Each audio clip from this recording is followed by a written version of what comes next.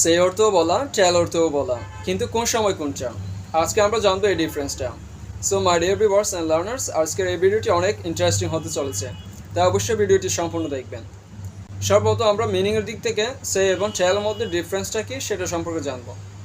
সেই সাধারণভাবে কোনো কথা বলার ক্ষেত্রে ব্যবহৃত হয়। টেল কাউকে কোনো কিছু জানাতে ব্যবহৃত হয়। অবজেক্ট অবজেক্টের দিক থেকে সে এবং টেলের মধ্যে কী পার্থক্যটা রয়েছে সেটা আমরা জানব। সে এর পর সাধারণত পার্সন বসে না, যেমন সেই সামথিং অর্থাৎ কিছু বলু। টেলের পর সাধারণত পার্সন বসে, যেমন টেল মি সামথিং আমাকে কিছু বলু।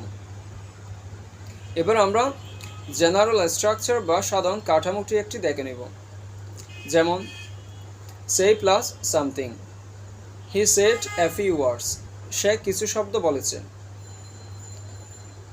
এবার টেলের ক্ষেত্রে যদি আমরা দেখি tell plus someone plus something, যেমন he told me a story সে আমাকে একটি গল্প বলেছে। অর্থাৎ এখানে আমরা দেখতে পাচ্ছি সে এর পর কোনো পার্সন আসছে না, কিন্তু টেলের পর একটা পার্সন আসছে, যেমন মি হচ্ছে একটা আমাকে পার্সন আসছে। ঠিক আছে, আশা করি আজকের এই ভিডিওর মাধ্যমে, আজকের এই লেসনের মাধ্যমে আমরা সেই এবং টেলের মধ্যে যে ডিফারেন্সটা রয়েছে, পার্থক্যটা রয়েছে সেটা বুঝতে পেরেছি। So my dear viewers and learners, আশা করি আপনারা আজকের এই লেসনটা অনেক এনজয় করেছেন।